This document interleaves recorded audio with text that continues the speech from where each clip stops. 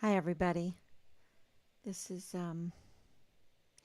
day 1063, day 1063, and busy day again. I think things are changing.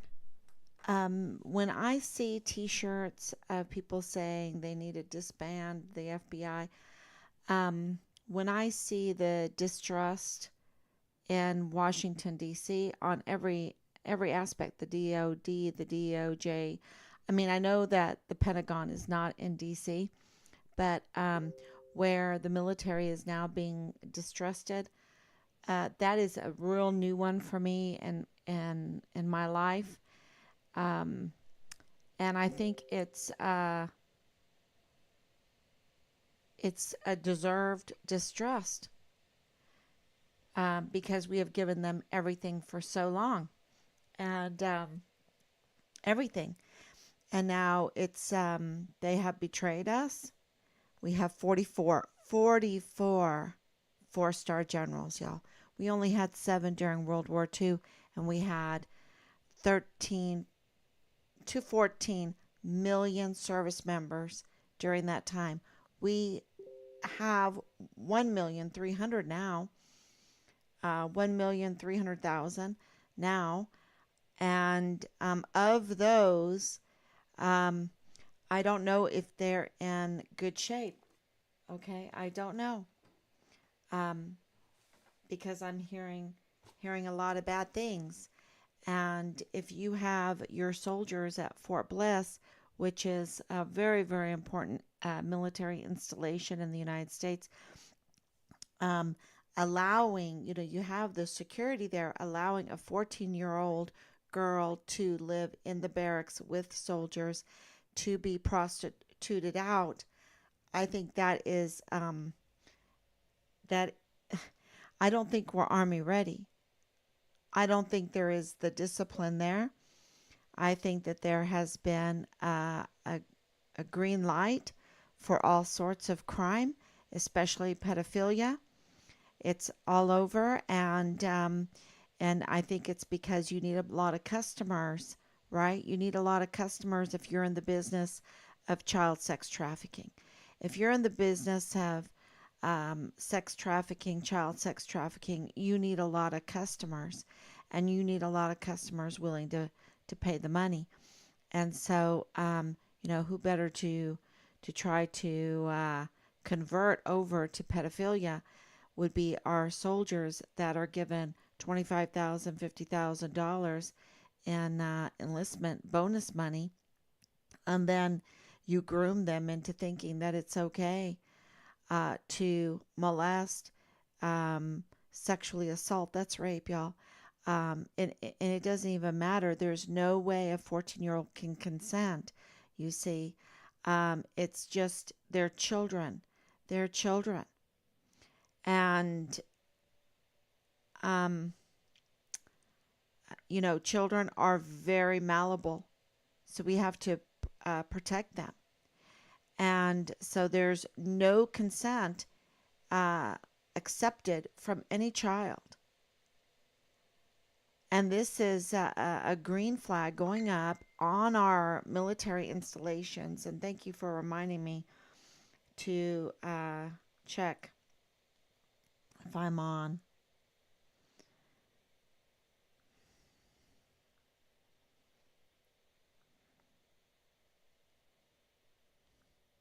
Okay. All right. Thank you so much, everybody. I'm going to turn it down. And good evening. Thank you, Danielle. So that is that is the point that I really, really want to make is that this is a systemic problem. Okay, that's what I see. When I see um, the case of Caleb Smither, when I read about it, when I read about the case of Vanessa Guillen, Enrique Roman Martinez, and why do I focus on Austin Hawke and these? Why do because they were right there, right before Richard, um, just in that same time period, right before. And they were so serious. Gregory Morales, that was so serious, um, because they claimed he was a deserter, and there his bones were in the desert after being murdered. And so these are serious cases that should have absolutely gave urgency to every one of those 44 four-star generals and admirals. Okay. And by time you know uh, it got to the next, I mean, but this has been going on for a long time. This is why this is a systemic problem. And the drugs in the barracks, that has been going on for a long time. Why? Because it's a business plan. Who better to sell illegal drugs to than um, young sons of this republic that are away from home. Uh, they're um, they're full of vim and vigor. They're trying out their wings, uh, you know, and so you put stumbling blocks in front of them, right?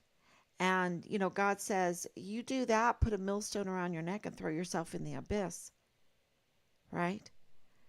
We're not supposed to put stumbling blocks, temptations of Vanity Fair in front of our young people, especially our young children that are turning into adults, because they're going to make mistakes anyway. We all have been there, right? We've all been there, done that. And we all look back and say, oh, thank God for my grandmother, or thank God for this mentor, thank God for this sergeant, thank God for this general, thank God for, my pastor, thank God for my good friend, thank God for my good friend's parents, or whatever, right?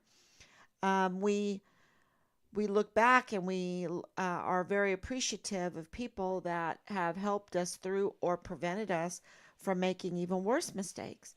Because when you are going from child to adult, it's, my Oma used to always say, beauty is wasted on the youth. And she would laugh because, you're so young and beautiful, and you make mistakes. You make mistakes. And so, and this is what I was trying to tell CID. And I was so frustrated because I was like, why don't they get this? Why don't they understand this? Well, now I understand why they didn't get it, because they are implicated in the disappearance of my son. They absolutely participated in the disappearance of my son. They were absolutely covering up, had a conflict of interest in the disappearance of Richard. And they were keeping from us that Richard made CID complaints. We were like, he made IG complaints. Oh, no, no, he didn't do that. And they were telling the truth because he made CID complaints. But they did not tell us that he made CID complaints. They did not tell us that Tavita Nusa, who was involved in Richard's case, was leaking Richard's file, who is a key suspect by a prime witness that has been maligned, that has been retaliated against. And that prime witness, um, y'all, is a it's somebody that is never a prime witness. If you look at any cases, and this is going to all come out, and when I get the liberty to say this loud and strong, and I think I already do, but I just want to be respectful, because this prime witness that turned in the CID and the FBI complaint, that is even more, never in his profession becomes a prime witness in a case. This is so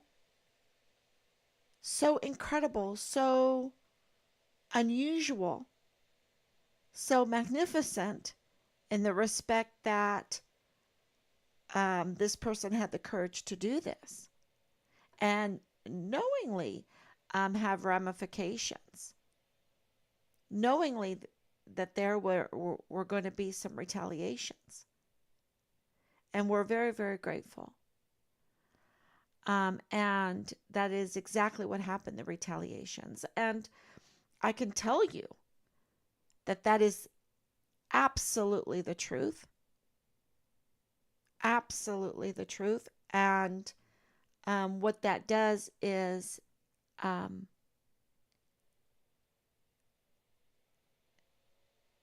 it implicates the CID office there at Fort Bliss in the disappearance, the forced disappearance of Richard Halliday.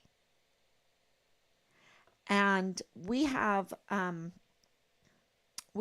audio. We have we have evidence of Soto. Hard evidence, hard fact of Soto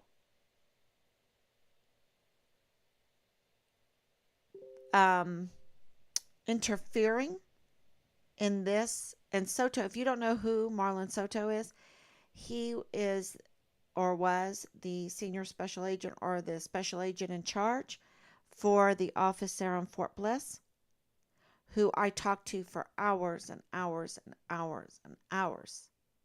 Okay? And who absolutely we have witness testimony that he was in the background like Corinne Adeline West. They were like partners in this campaign with others, I'm sure, campaign to smear Richard behind the scene. Now, Corinne Adeline West, she had the social media community that she was doing that to, and probably still is. And because we know that they stole Richard's identity to make the Facebook page and my identity and, just put out all kinds of lies. And the generals let them. This is, Richard is a United States Army soldier. Not only that, he's a volunteer. He volunteered to serve in the United States Army. And he aspired to do a good job. And we have proof of that because he was the Distinguished Honor Graduate for his cycle in basic training. Number one, y'all. Number one, $500 award. And he was also the Distinguished Honor Graduate for his cycle in advanced individual training. He was also a guidon bearer for his unit. We also have testimony from Jay Paulin on how wonderful Richard is. And we have also testimony that he received 3 AAMs in 14 months. Those are Army Achievement Medals. We also know that he was a combat lifesaver in that short time that he was in the military, with even a 10-month deployment. So the smearing of a character and allowing it and being, his birthday is just about a day away. And to smear someone at his age, born in 1999, at his age, to smear someone, and this is 3 years ago,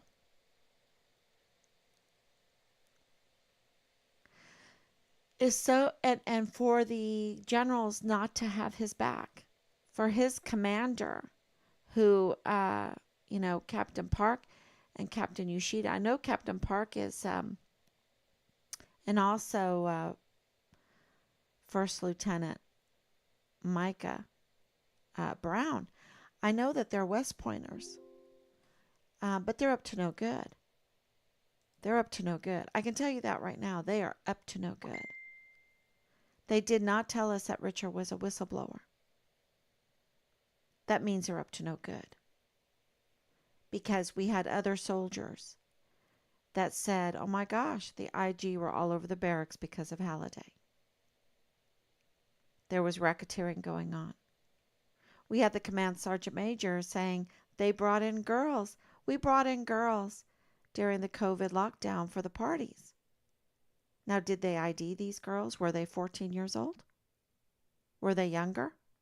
How old were these girls coming in? And we even got information that they were being paid. I don't think that the command sergeant major Jakovitz ID'd these girls coming on that he brought in. We brought them in. We brought them in. That means he arranged it. So is he a pimp? Is he a pimp that he's paying girls to come in with Major General Clem Coward on post? Did he ID them? Were they all 21 years old? Every last one of them proved that they were all 21 years old. Why do you, why, oh, wait a minute, Pat. Consent is 17 in Texas. No, no, no. I'm talking about alcohol. 21 years old because they take underage drinking seriously. They wouldn't bring in anyone under 21 years old to have a party in the barracks with these 17 to 25-year-old soldiers that right next door is a class 6 and it's a party every day. And remember the soldier that defected, and he was from El Paso. He defected to Russia. That tells you a little bit about the systemic problem, right? If one of our soldiers from Fort Bliss is going to defect to Russia. And he said when he was at Fort Bliss, he stayed drunk the whole time. And he was underage because they take underage drinking seriously. Not. So they brought in these girls. They absolutely were giving a green light when the command sergeant major with Major General Clem Coward, because that is the only we during that time, brings in girls during the COVID lockdown to have parties to raise the morale. What are they going to do? Play musical chairs? Kumbaya? Hold hands? And the command sergeant major is going to be right in the middle, making sure they're 6 feet apart? I don't think so. Not with all that vim and vigor going on. It was really insulting in these meetings by these leaders that are absolutely up to no good. The JAG absolutely up to no good. I mean, we have Leilani Hart saying that because of her hula expertise, I shouldn't talk for her, but there is a complaint in the El Paso Police Department of her boasting that she controls the CID at Fort Bliss. Does she control the JAG? And, hula dancing can be very hypnotic. You can hypnotize many a man with hula dancing. It's amazing. And I'm not joking with that. Especially if you follow through with other no good things. And the sex cult ideology is, front and center on all of this. The grooming of our young people. I thought they were in the military to defend the Constitution. Right? not to be groomed into a sex cult, not to participate with criminal action. And then if you're a whistleblower, then you're retaliated against. But if you are in a high position and you're taking major drugs, illegal drugs, and uh, flinging weapons around, then you're okay. You get that pre-trial diversion. Pre-trial diversion. Um, it really is a justice system that is not equal.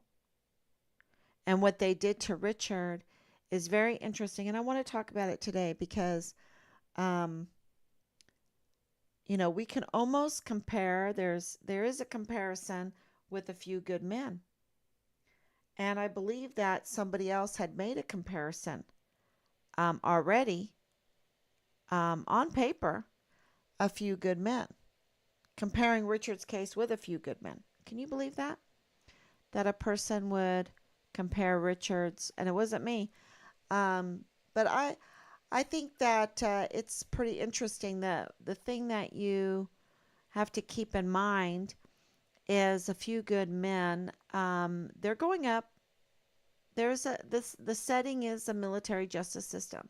And I believe in Richard's case, it is the military justice system also. And I believe it's the civilian justice system. Because I believe that Bill Hicks absolutely could look into, and I think it's his duty even, to look into this case. And I'm wondering if Yvonne Rosales was looking into this case and that's why they got rid of her. I'm wondering. Because it seems like everything stopped with Bill Hicks. Many different cases. So we'll see. So this is about the military justice system and the civilian justice system, as well as in A Few Good Men. What is the central focus? I have some notes here, and that's what I'm looking at. Mysterious disappearance of Richard Halliday. The forced disappearance. The murder of potential. You can say potential murder. I would say the murder of Richard Halliday. Because we haven't gotten an answer back to, can we have all of the autopsies in Richard's case? I mean, if we request all the autopsies in Richard's case, you would think that they would write us a letter very quickly and put it in the mail and say, ma'am, there is no autopsies in Richard's case. But they haven't done that.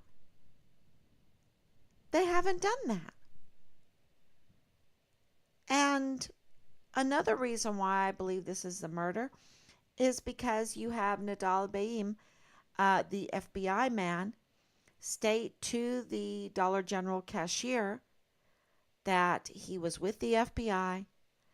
He told us he heard it from a lieutenant colonel. That's like no third party there, okay? He told us that. And he happens to be the father-in-law of Lieutenant Colonel Bradford Bugado from the G3 of the 32nd ADCOM. Okay? And he would know because that's operations. And he tells the cashier that he's with the FBI and they have found Richard. But they're looking for him in 5 different places. And she said, he lost me there. Why did he say that? And then when he went to the door, she goes, is he okay? And he waved her over and he said, he's dead. Shh. Right? And she's like, I didn't understand that.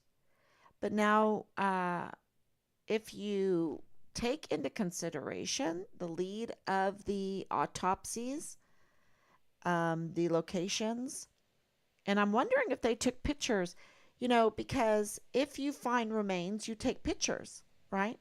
So are there pictures of remains at Area 244? Are there pictures of remains at Red Rio Range? Are there pictures of remains in Mexico at kilometer 2930? Right? This is part of our questioning. And then we were asked yesterday about the fugitive apprehension unit.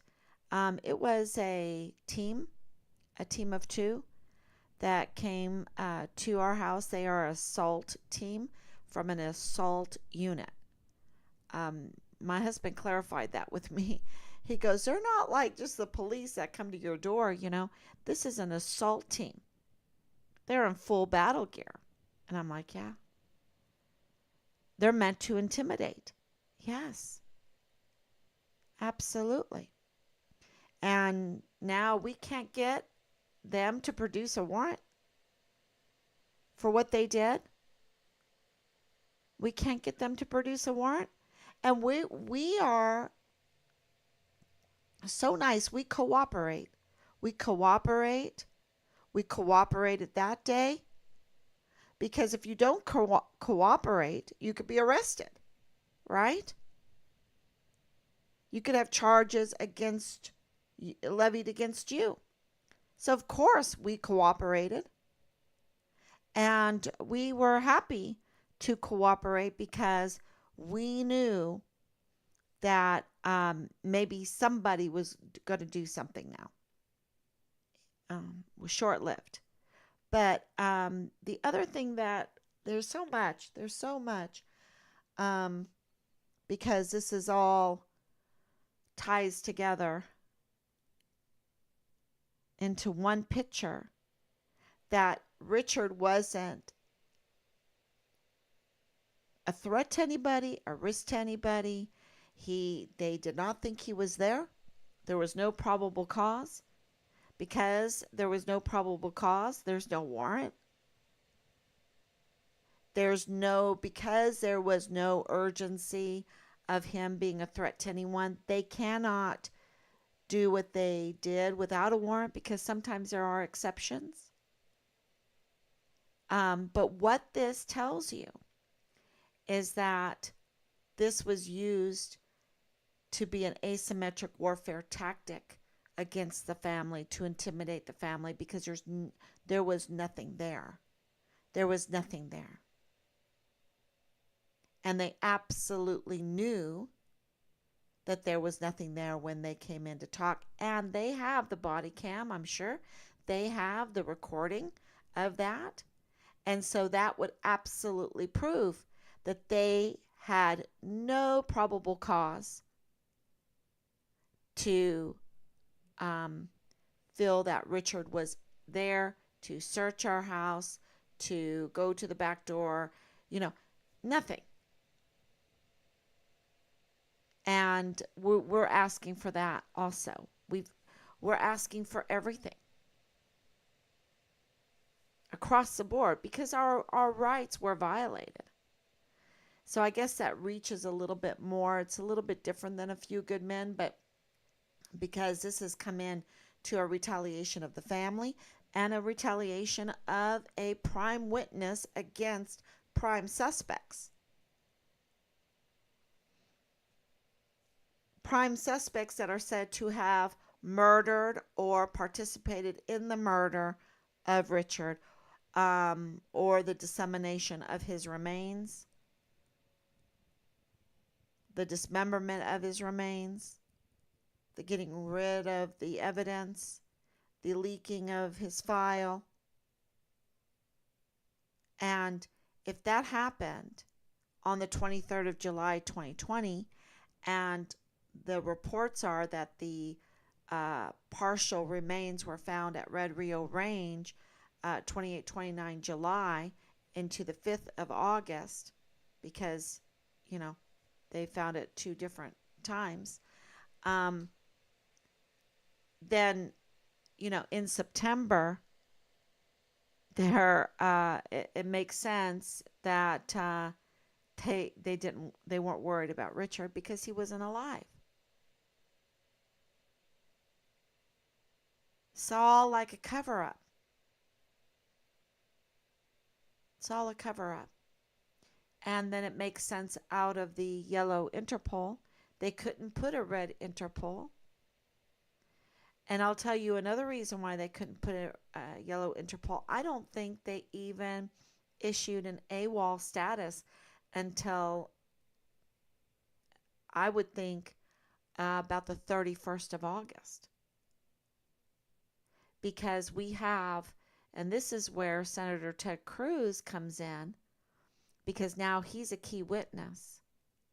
He's a key witness of the CID not starting an investigation until the 1st of September 2020. Because it was Director Ford's letter to Senator Cruz that told him that the CID didn't even start an investigation into Richard Halliday until the 1st of September. Now that's really strange. If you have the likes of Soto behind our back, even at the task force find Richard Halliday, because that was on the 9th of November 2020. So way before then, and they are laying out the groundwork of a smear campaign against Richard, of a character assessment on Richard for law enforcement, giving everybody their talking points, everybody their narrative about Richard without it being the truth. That's a false witness. Thou shalt not bear false witness. And Soto's making everybody, or maybe under the orders of McConville, General McConville, who totally was up to no good, is totally a criminal, crimes against humanity. Okay? That's the tip of the iceberg, is crimes against humanity is the tip of the iceberg? Wow. And it absolutely is just the tip of the iceberg. So who gave, was it Lieutenant General Donna Martin? There was so much collusion and conspiracy here that it's, you almost feel like you have to put on a tinfoil hat. But the problem is we have it all documented. We have it all on record. And it's not just us. And we have been transparent. So we have put this out there so much that it's out there, right? It's out there. And everyone knew when we talked to General McConville on the phone in October with Lieutenant General Donna Martin to organize this task force find Richard Halliday. But what is interesting is that the CID did not start an investigation until the 1st of September 2020. That comes out of the response from Director Ford himself. Director Ford of the CID of the United States Army, the head honcho. And also the new leader after the Vanessa Guillen changes, that because of her case, it drove the Army to change policies and also to change the leadership. So we have a civilian leadership that answers to the general. I mean, it's whatever. Because Director Ford has not done his mandate. Because it should have raised red flags for him, reading that the CID there at Fort Bliss did not start their investigation into Richard until September 1st. Yet, Soto, and coming out of the office of the CID at Fort Bliss, Richard is like this Al Capone wannabe. With funny money. that if Director Ford would have paid attention, would have said, give me the money, and he would have looked at the money. He said, what are you talking about? This is prop money for motion picture use only, Hollywood money. Oh, let me look at his bank stubs, his credit card stubs, his what he purchased. Oh, he purchased $70 of Hollywood money, which gives you about $250,000, $300,000 of Hollywood prop money. And they use that to put forth a narrative that Richard was, dealing with funny money or fake money, illegal monies, I should say. Counterfeiting, that's what I want to say. That he was counterfeiting money, but he wasn't. He had legal prop money. Just like anyone will have the cubic zirconian earrings or a big ring or a fake Rolex watch.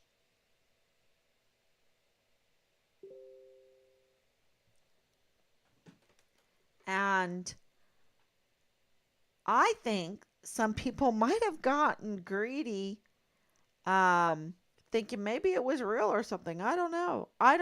But it wasn't the cartel, and it wasn't uh, it wasn't anyone in the business of money, because the cartel knows how to read, and for motion picture use only.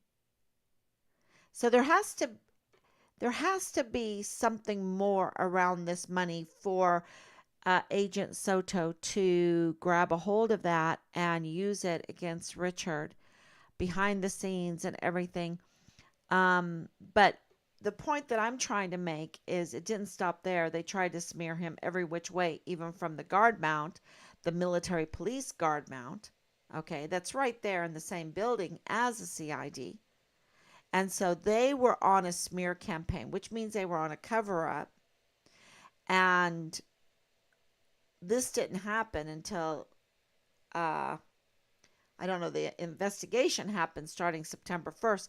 So if this is all true, I think that Senator Cruz and the newly head of the CID, Director Ford, should have said, wait a minute here. Didn't Richard go missing the 23rd of July? If he was this criminal, this kingpin criminal that you're saying, why didn't you start an investigation out on him earlier? I mean, wouldn't that be the logical thing to say? You know, but we have a recording of Marlon Soto, of him tampering with a witness. We have, y'all, he scrubbed Richard's file of this witness, our prime witness. I would call Nadal Baim a prime witness too. I wonder if that was scrubbed. You see, how much was scrubbed from the file? Because we know of one, certainly, that was scrubbed. But see, Director Ford should have questioned. You know, if he's the head of a criminal investigative division of the Army, he should have went, wait a minute, why did this start so late? What's going on? Show me the calendar. Show me the timeline. Show me what's going on here, right? Show me proof. Where are the counseling slips? Where are the drug dealers? Where is the big money? Where's the big car? Where are Richard's things to prove that maybe he was doing things? And there's nothing. A Christmas tree, and wasn't the most expensive Christmas tree. Where's the computers? Where's the phones? Where's the, we still don't know where that is. Where is the gaming unit? So that's why we have a request in with the JAG for all of that, because we are our rights. Now it's a double case. Our rights have been violated because of the fugitive apprehension unit coming and searching our house without and they can't produce a warrant. Where's the warrant? And they're blaming it on record keeping. Really? Really? Fugitive apprehension group has record keeping problems? An assault unit has record keeping problems of, where you're going to send your assault team. And, this is could it be? Okay, maybe, because look, yesterday, my husband corrected me, a 50 caliber rifle worth like $10,000 if before inflation, is laying right there in the middle of the road on Fort Bliss footprint. What? I mean, are they so careless? They're so careless. This is what I'm saying. We have 44 four-star generals and admirals,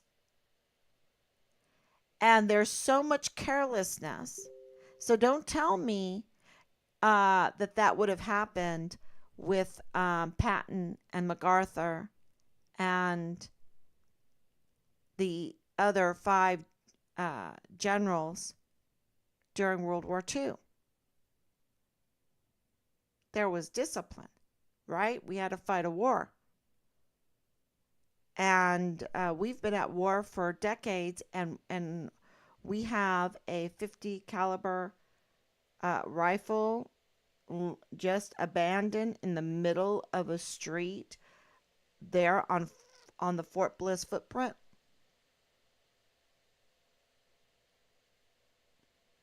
We have the Juarez mayor calling out for help with the border,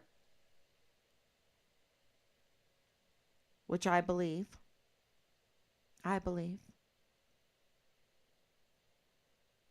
So our 44 four-star generals are serving. I don't know what more proof that people want.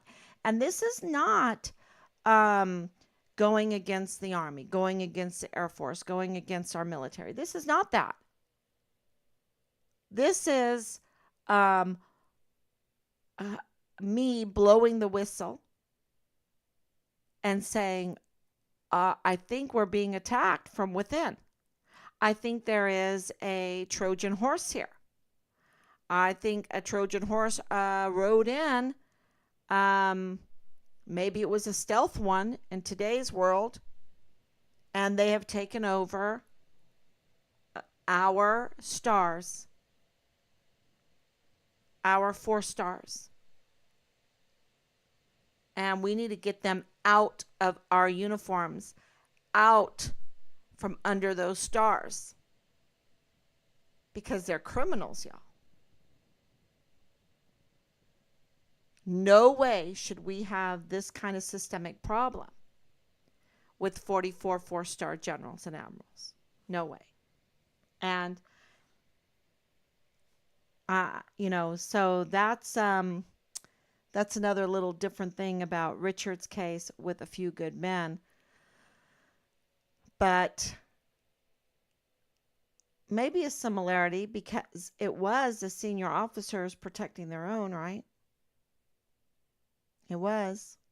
Yeah, come to think of it. There are conflicts of interest. You have Leilani Hart in a relationship with Tavita Nusa, the special agent in the CID. That's a conflict of interest. You have the CID now on a recording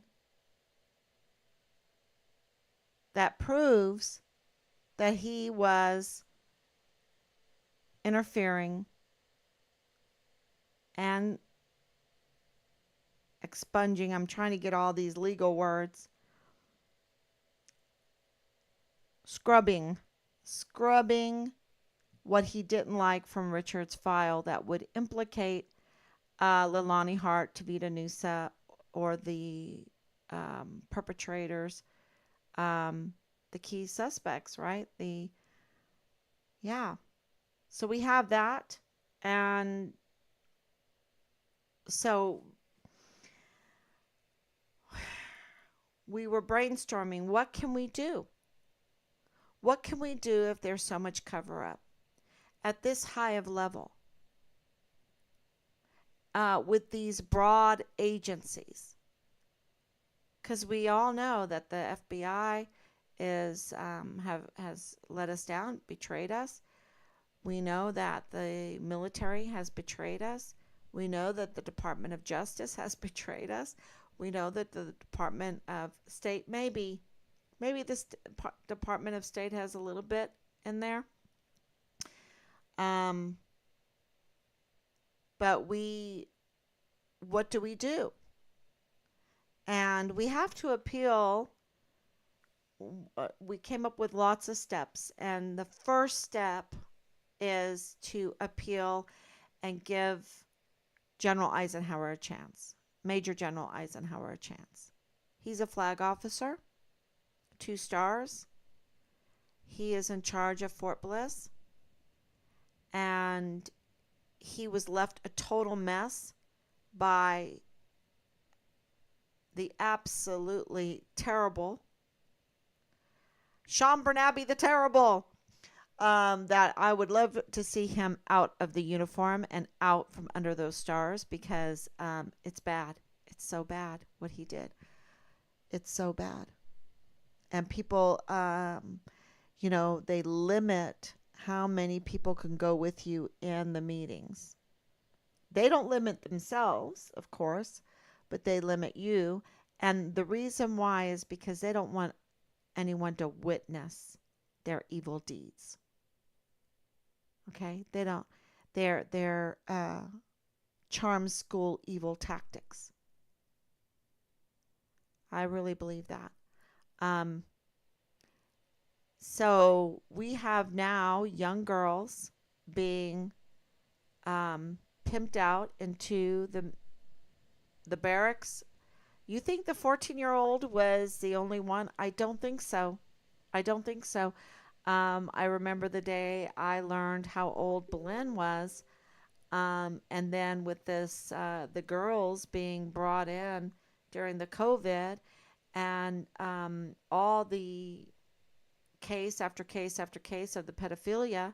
And then now we know that Leilani Hart had child porn. Um, we know that her household was engaged in sexually assaulting a 7-year-old child in her master bedroom. We know that her son, First Lieutenant Dallas Hart, was in an incestual relationship while he was serving in the military there with Richard. And we know that we aren't given the Child Protective Service complaints that Richard made. We know that we are not given the CID complaints that Richard made. We know that Richard was retaliated against, 3 ranks taken away from him, but then all of a sudden he's at cold case and they promote him twice. See, this is, they don't start the investigation until the 1st of September. Then they put him in cold case, and then they decide to promote him twice. What is the legal ramifications for that? Does anybody know? Why would they do that? Because I trying to understand why they would do that in cold case at this time, presumed dead, and then not notify the family. We would never have known unless we got the incomplete archives from him that my husband's been working. This is the amount of time, amount of distress, amount of anguish, amount of bullying, the taking away of our freedom, taking away the freedom to be able to grieve. You know, my mom with her heart valve, she was grieving for my dad. I said, Mom, you're not allowed to. It's not good for your heart. You're not allowed to grieve right now. Um, and I said, it's like Richard's case. We're not allowed to grieve because we have to be on this all the time. And if you grieve, um, then you can't really function. You're grieving. That's your function, is to grieve. That's why a long time ago, like in Gone with the Wind, you wore the black because people let you have a time to not really function, to grieve your loved one. And it's very healthy. So they claim to want to be for our health, but they don't let us grieve, which is a natural process in life, right? I shouldn't say natural, but a needed process in life. Because with my faith, I don't think death is natural. God never intended it to be. He intended us to live, right? So, but because of our situation, we need it, and we're not allowed to.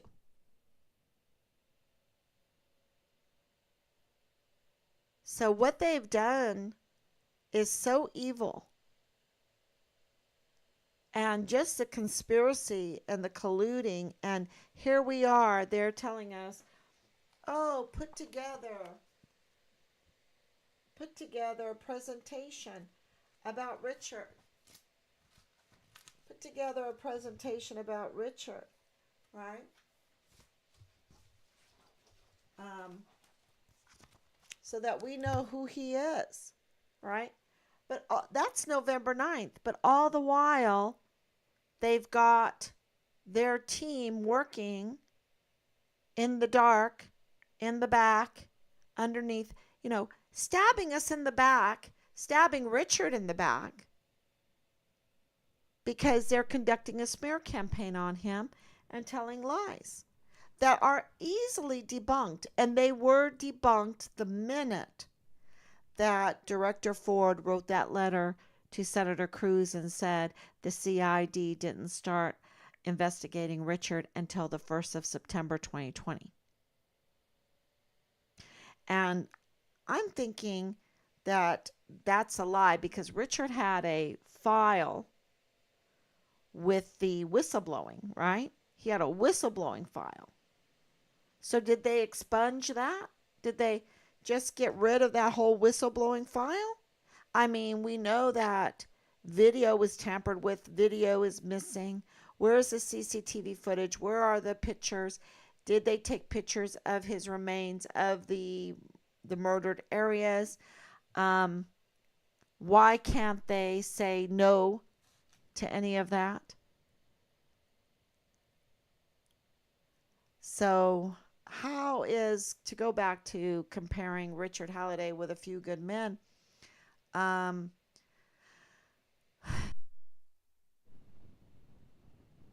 it is an examination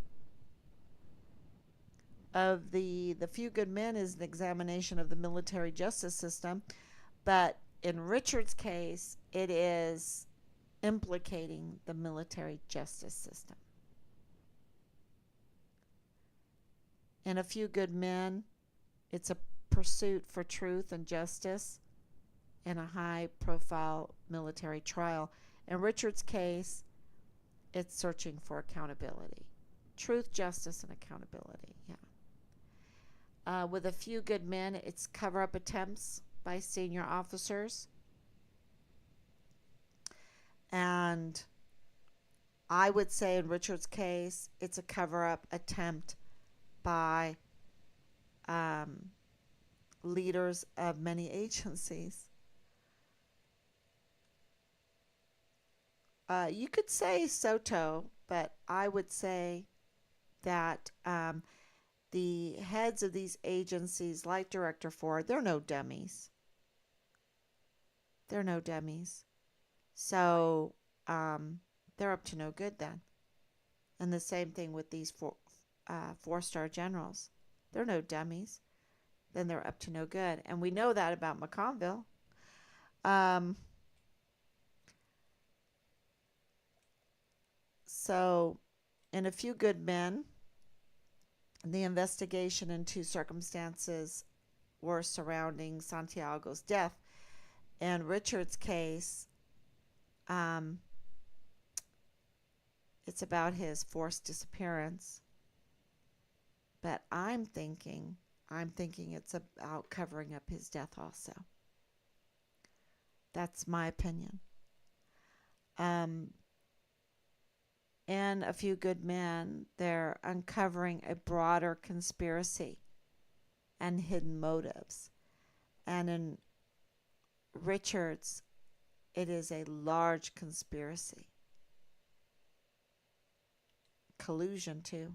So much collusion. We have proven collusion. And of course, the whole thing is about these protocols that don't get followed in both A Few Good Men and in Richard's case.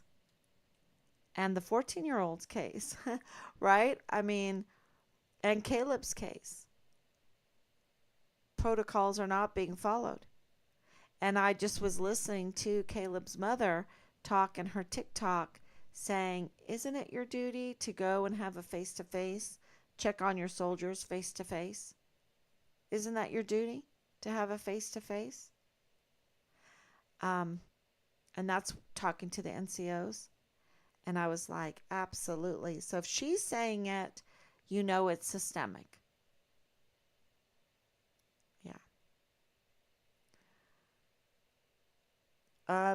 A Few Good Men, I have to say, is a fictional movie. Richard's case, that's a real life situation with, and it's very complex. So I just wanted to note that for this. I did say at the beginning of this that Ted Cruz, Senator Ted Cruz, who wrote that magnificent letter that I think I just posted it again, he's now a witness in this case. He's a witness because he has to witness that the director, Director Ford, stated to him officially that the CID did not start investigating the disappearance of Richard until September 1st, 2020. So maybe that's the difference. There's an investigation of the whistleblowing and then an investigation into the disappearance. So if anyone has any questions, oh yeah, so, and it gets, we're asking for letters. We're going to try to give this general a chance. If you are listening, please share the information to get letters.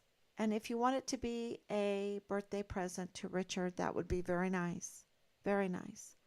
If you want it to be in memory of him for the upcoming anniversary, yeah, that would be great. So I'm just asking for everyone to be a PAO, to organize. Organize in the next month, in the next few days, if you want it to be a birthday present. ASAP, really. ASAP. Why put it off? This is so important. And I think the politics are right now. They're much better than when Richard went missing and we were trying to find him in 2020 and 2021. I mean, talk about lousy time to try to get answers. It was just terrible. But I think right now, because we're getting so much information coming in, we're getting answers, see? And the big answers right now is the JAG. The JAG is they're derelict in their duty. The CID has been implicated and is responsible for the disappearance of our son. And now we want to give a chance for him to prove himself.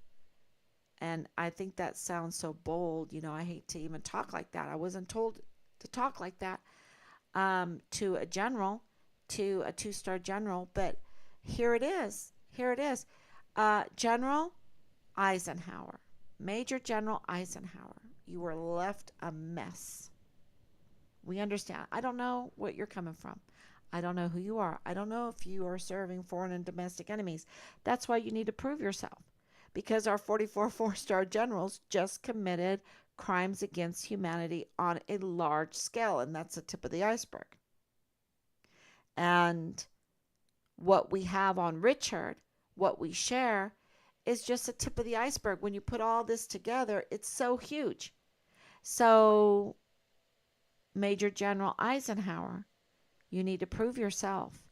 And we're asking all of the community to ask him to do that. To ask him to prove himself. And I put out a letter.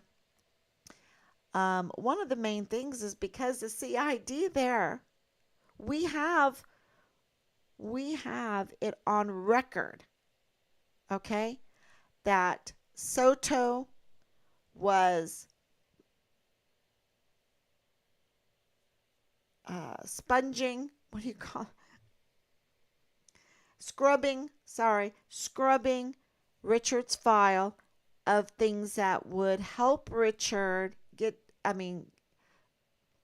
the key witnesses, the prime witness, information. We need to know what he scrubbed, but we know he scrubbed it because we have it on record.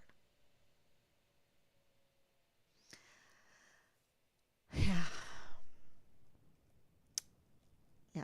So that is a big deal. The other one I have here is a list that I made, and I posted it.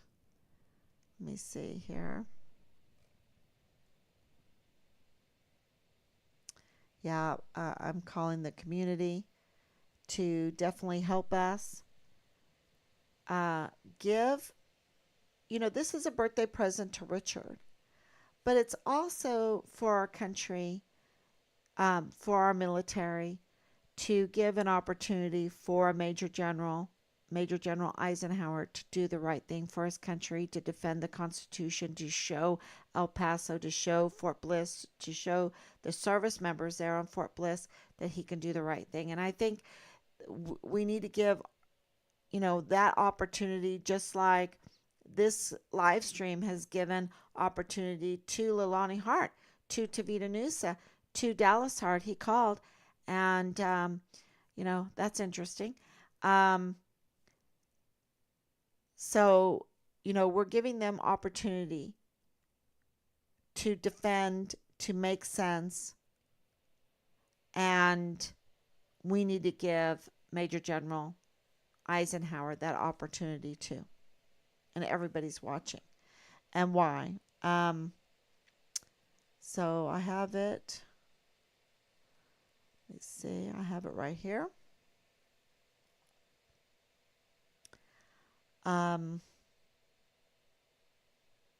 Richard's case stands as a stark reminder of the urgent need to address the issues that endanger the well-being of our service members and the integrity of our defense. And I think that is, now I put out like a postcard that you can fold, but before you fold it, you can just write whatever you're requesting for him in our behalf, as far as find Richard Halliday. You can write find Richard Halliday, and he knows exactly what that means. So we will keep it very simple, or we gave an illustration of our letter that we sent, and we sent a little bit more to that. But Yeah, we would really, really appreciate it. If you can go to church, your clubs, uh, maybe print out those that postcard, foldable postcard, and even if it's in black and white, and put it in the mail, that would really help. It would help us, of course, but it would help. Just think if he would do the right thing. He would be such a hero on Fort Bliss. He has the power to click heels together. He has the power to find Richard. He has the power to hold so many of these people accountable. He has that power to make that happen and to even give calls to Senator Ted Cruz. So I think it's worth this to do this. So we really appreciate it. Okay, everyone. Thank you so much for your prayers.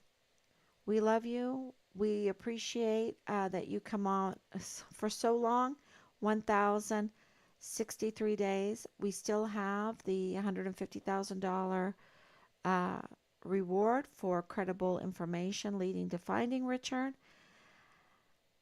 You can call 941-677-0060. We do have moms, mothers of missing, murdered, and maligned soldiers that, we're going to organize that to put these letters together um, and have an organization to back up. Um, I guess, the numbers are the big deal. That's why we need lots of letters to go in. They need to know that there's constituents. There needs to know that there's a community that is watching them and that the community is supporting them because the system is not supporting them. You think that the system has that general's back? I don't think so. I don't think so. I think if he was a whistleblower, we need to let him know that we have his back. I think there's retaliation at so many levels for doing the right thing. They want people, if you haven't watched Pilgrim's Progress, it's on Amazon Prime. Watch Pilgrim's Progress, especially the part with Vanity Fair. It's very, very telling because if you're not participating in the Vanity Fair, the games of Vanity Fair, the crimes of Vanity Fair, the sex cults of Vanity Fair, the racketeering of Vanity Fair, the criminal business plans of Vanity Fair. If you're not participating in them and you don't like that they're taking advantage of the people, then the judge is going to go after you. The people are going to call for your death. And that's what happened in Richard. Remember, numerous times I was told, we judged Richard. We judged him. I'm like, really? You judged him? So what are you telling me? That you gave him the death sentence? Because that's what I think happened to him.